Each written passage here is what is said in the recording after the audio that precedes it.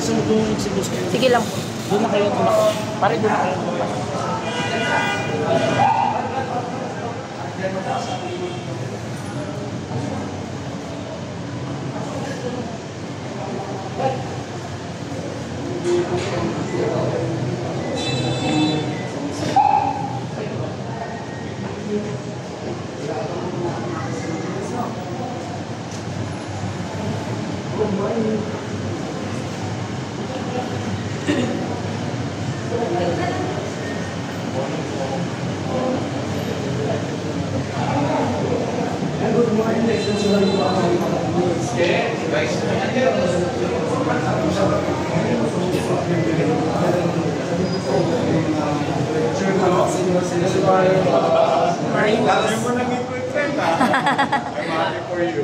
Morning po.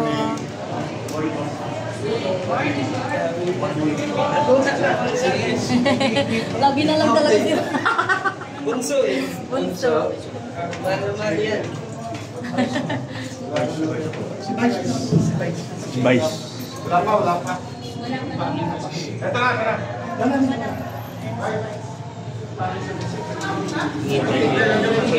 Good morning, Bar. Morning, May action pa. Umaksyon pa. Napakaramol ni Vice. Sobra.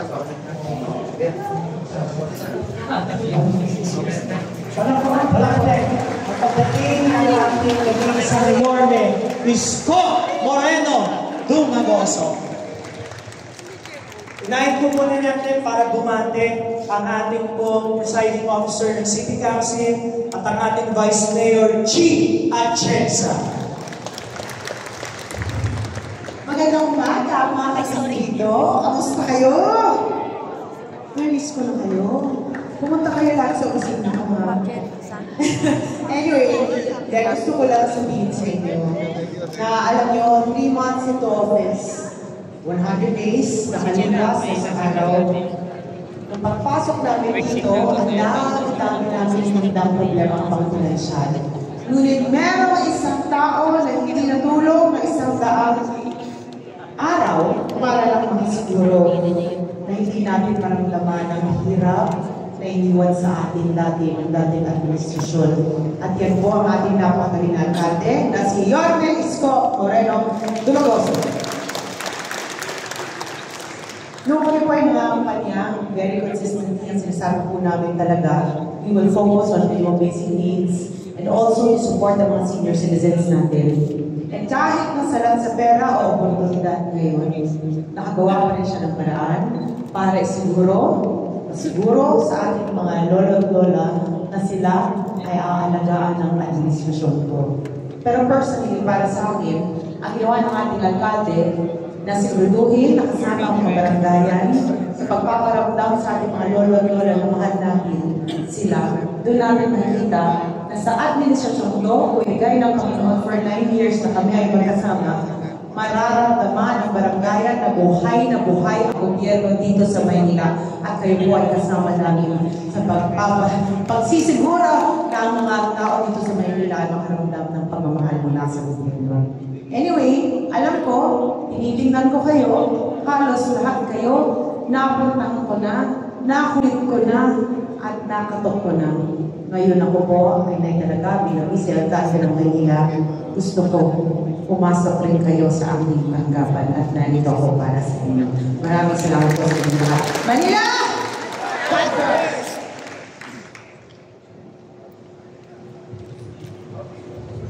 Kaya naman po, isang karangalan na makadaupang palad natin dito sa ika-5 distrito ng Maynila ngayong umaga, ang taong responsable upang maibalik ang gobyerno muli sa lungsod ng Maynila, ang ating nag-iisang Yorme, Isko Moreno Dumagoso. Good morning! Pasensya na kayo, maaga ko kayong tinawag para maaga rin kayong matapos. Dahil alam niyo naman, matagal nang inaasahan doon ang lolo at lola natin. Pataas nga kamay ng mga senior citizen dito. Ayun na, paldo-paldo kayo naman. Bukhang-bukha. Bukhang-bukha ko ata ang mga mahal niyo sa buhay. But I'm happy, totoo yung sinabi ni Vice Mayor G. Despite of our fiscal problem, salamat sa Diyos na itatawid natin unti-unti. Balik na natin yung cake, silent promise, yung gatas. Ngayon, ano naman, yung kanilang allowance sa atin, na sinukulan natin yung araw pa. Bagaman, may mga hamon sa buhay. Una-una, mamaya, pag-uwi nyo, pupunta sa inyo yung senior. Che! No, magkano? Treasurer! Magkano ba? Siyempre, kailangan nyo sagutin yun. Ako, total, bati-bati na tayo. Yung mga ilan sa inyo. No?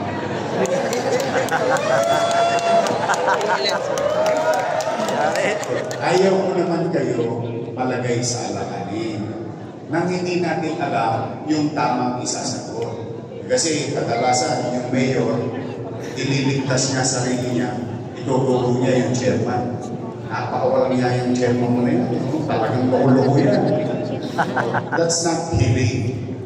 Let's be fair to one another. If we really wanted to reach out people, akapin ang tao, kailangan yung pinapakita mo. Sabi nga, nagsasabi ng tapat, nagsasama ng Che, magkano? Di ba may utang kayo sa amin, 3,000. Tama naman. Ano yun? Di ba hindi binigay yung ano nila? April, May, June. Kasi 500 lang, pinakailamang pa eh. Sa 500 nga, mabigat-bigat na yun, ginawa mo 1,000. But, then again, it's the law. And as I think most of you here, you heard it the other day, ano man ang obligasyon ng dagdagan. Ayaw kong maging manunuba. Kaya naman, kailangan natin tanggapin ang tunay na katotohanan. Ang tanong, kaya ba? Ang sagot, hindi. Paano ngayon yun? Sayang naman.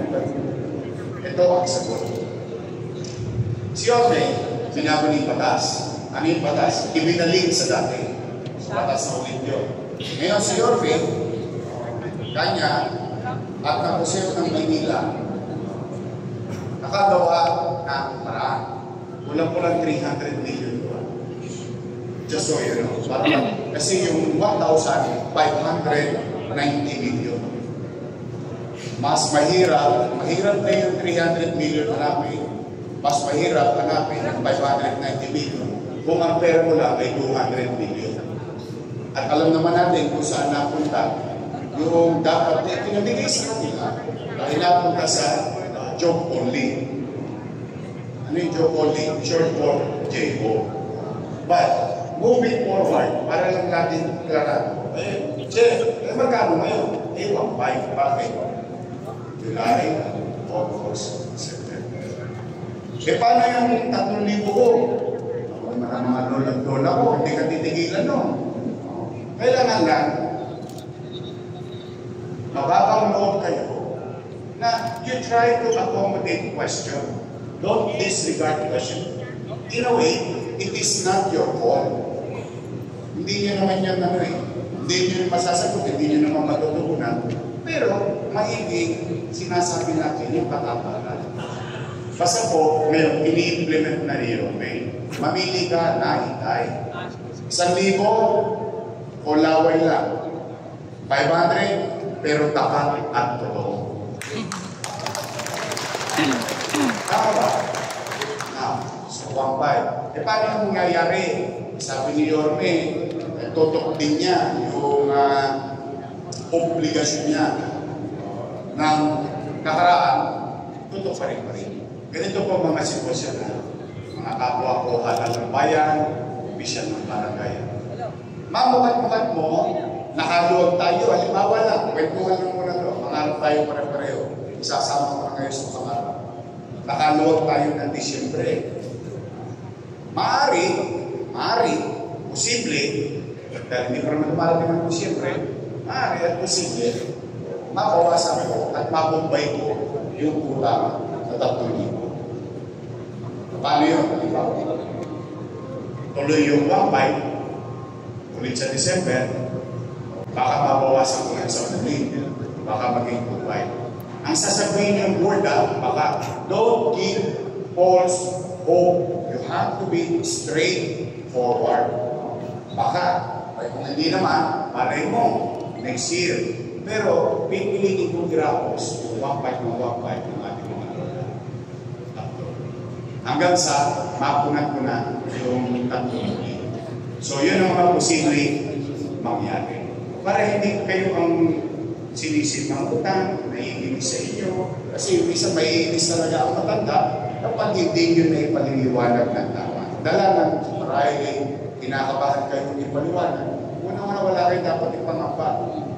Ulitin ko, it is not your call. Tanong, sige, Chairman. Okay na ako dyan. Ibigay nyo na. Sabihin nyo sa kanila. Sabi ni Yorme, may extra pa raw kayo sa December. Tuloy ang pamasko ng mga lola ko. Yan ang sasabihin ko. Kasi, apat, pag-lima na. Mangyari, alam ko mga chairman, lalo-lalo na, mga chairman, mga kagawad, nag-aabang na kayo ng gastusan sa Disyembre. Diba? Paano kaya ito? Wala na akong papasok sa mga constituents ko. Manatag kayo, sa ako, nagkagayak na, nagsusubi na, unti-unti, para lang sa ganun, pagdating sa Pasko, mabawasan ko na mga problema ninyo. Lahat ng pamilya sa inyong barangay magkakaroon ng pamasko dito sa Puso. Tapos, kahit paano, ang puhunan nyo na lang, laway at pawis. Ipamimigay nyo na lang yung regalo natin sa bawat pamilyang Manileño. Manatag kayo. Nadali nyo na yung first quarter, second quarter, di ba? Nagtataka nga ako sa inyo eh.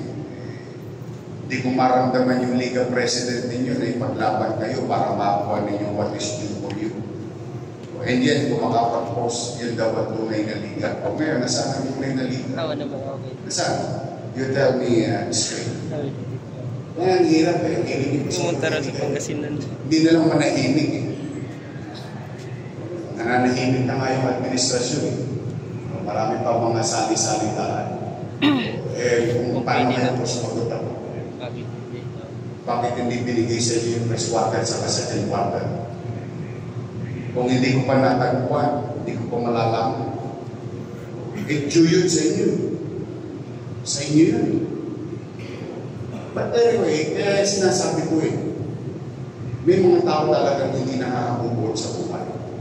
Yung ikaw na may kasalanan, ikaw pa yung malakas ang loob magsalita.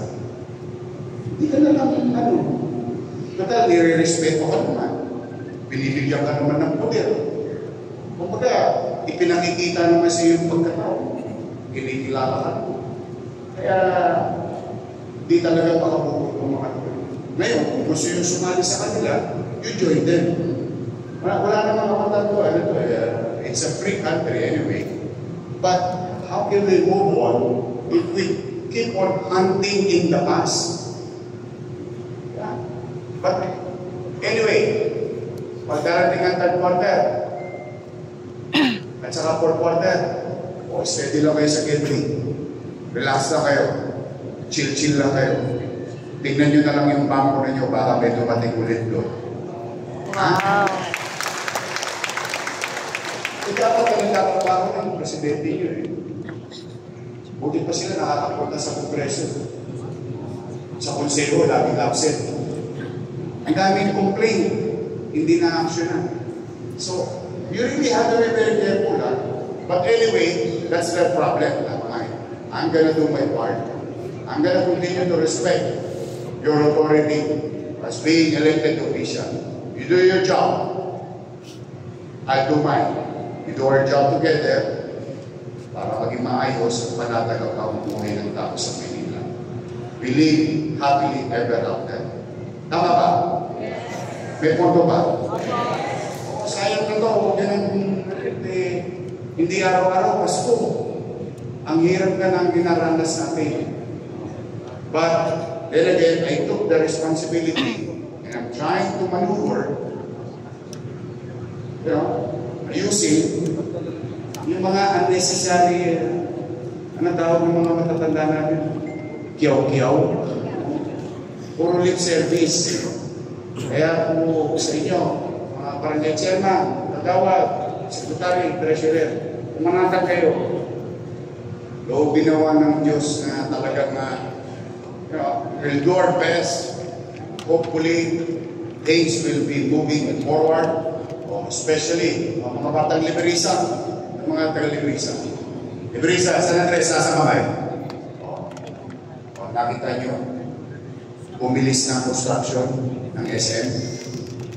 Kapansin nyo, 3 taon hindi umabaw yan. Alam nyo kung bakit? Busit na busit yan ng araw. O na, 3 buwan pa lang ako, 3rd floor na. Anong punto ko, mga taga-Liberisa, mga taga-San Andres? O di mga kabarangay nyo, may papagtatrapahuan na dyan sa bagong SM Harrison Plaza. And that's for you. Kasi isang hiningi ko dyan, isa lang. Wala akong hiningi sa kanila. Wala. Sabi ko, pwede bang makisuyo? Pwede bang ang priority natin na kukunin na trabahan na ito? Pagka tumatakbo na yung tinatayo ay mga taga-Liberisa at San Andres. That is exactly my word. And the reason behind it is para yung mga nandito, konting kembor lang, hindi na mapapagasa sa pumasahe, pagchichicha, tanghali, uwi, nakatipid ng malaki, mas malaki ang tingko. And that is our goal, to provide more jobs in the city of Manila. And there is a good news yesterday, after our yung 100 days, meron na naman 2 bagong pumasok sa Manila. So, my point is, if we are in sync and we really keep doing our job well, keeping our barangay, our community, our district, and our city na maging maaliwalas at panatag, papasok ulit ang mga mamumuhunan sa lungsod.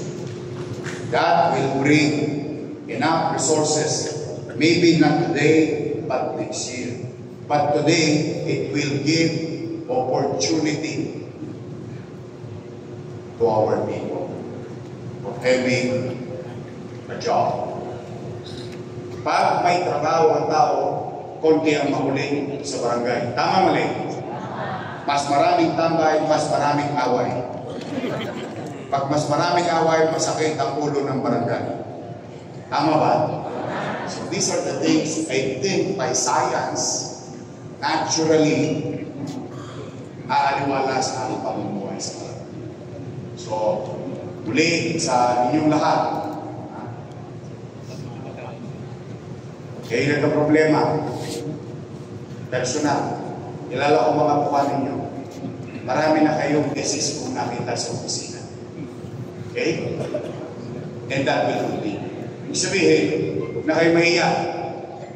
O kayo may mga nasabi sa akin noong nakaraang kalala. Promise.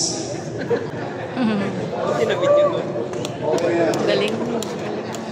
Pag kayo ng problema, ulitin ko ha, ikaw, binibigyan mo kayo ng alas. Kasi mapupuhan kayo ng alas. May problema kayo personal. kayong mahiya. I'll show you paano maging ama ng Maynila.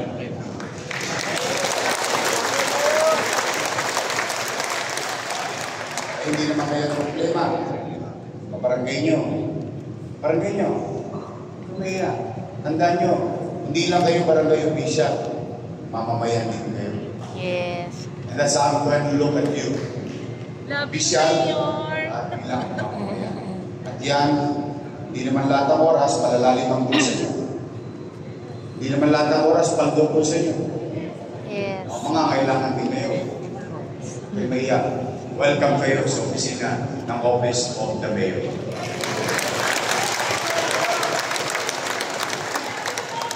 I love you, si Cathy yung malamang. Hindi isang boses yun. Kilalang kilala ni Yorme. The way it was and the way it's going to be. Kung ano yung dati, yun din ang mangyayari. Kung manatag na kayo, alisin nyo na ang pangapal. Isa lang ang request ko, linisin nyo yung barangay nyo. Linisin nyo yung barangay nyo. Totin nyo lahat ng kanal habang naghihintay tayo. Kasi ang talagang cure, ang talagang solusyon at tama ay pangmatakalan, God control. Yun ang tamang solusyon. Huwag na tayo magduda. Yun ang solusyon. Kung paano lang nila ginawa ngayon, may problema. But I don't know when they're going to fix that. So what we can do, we can fix our own within our own little way. Imagine mo 896 barangay. Tumira lang ng 2 kanal yan. Sa isang linggo na lumuhan. That's about almost 2,000 na butas that can carry at least much water during the rainy season. So these are the things, the logic behind of that executive order. Alagaan na lang muna natin ang sarili natin. And hopefully, magtino yung mga ilan sa ibabaw. For the meantime, pag malasakitan natin, bawat isa, dahil at the end of the day, tayo mga taga-Maynila, tayo rin magkikita sa finance.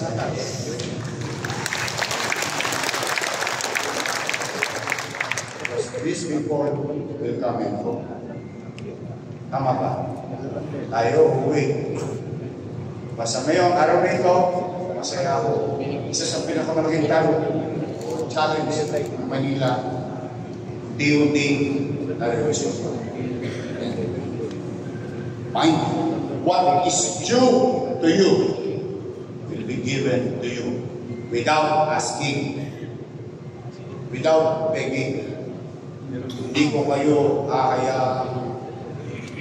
hingin o hingin pa yung bagay na dapat na nasa. I'll give you that sense of pride to yourself so that you will see marami naman sa inyo matatanda na alam niyo na ang tama at mali. So someday, somehow, magkikita tayo sa intersection, at least masasabi din nyo.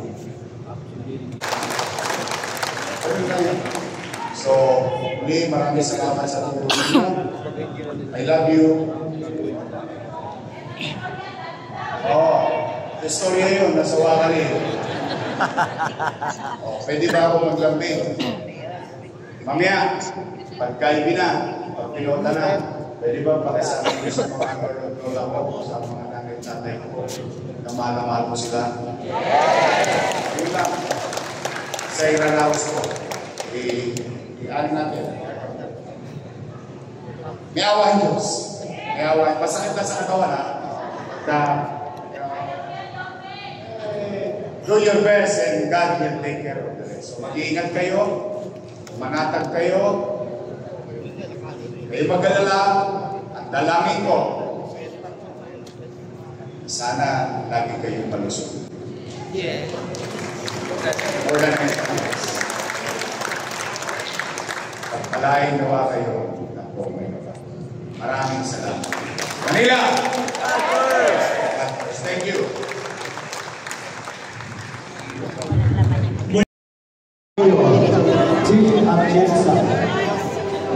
Kantahan po natin ang birthday si Consel Che Borromeo.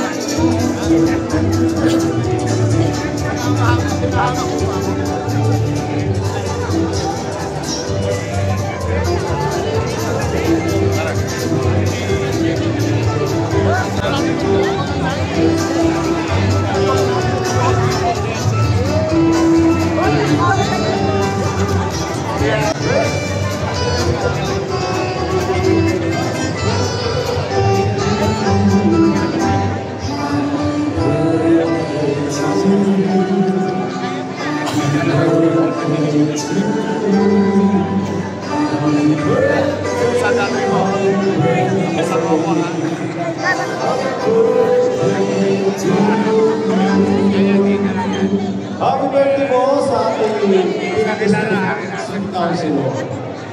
Muli, maraming salamat po sa ating mga pulong barangay, treasurer, ganun din po sa ating City Treasurer's Office, Manila Barangay Bureau, Senior Citizens Affairs Office. Maraming salamat po sa inyong lahat. Thank you very much. God bless us all. Thank you po.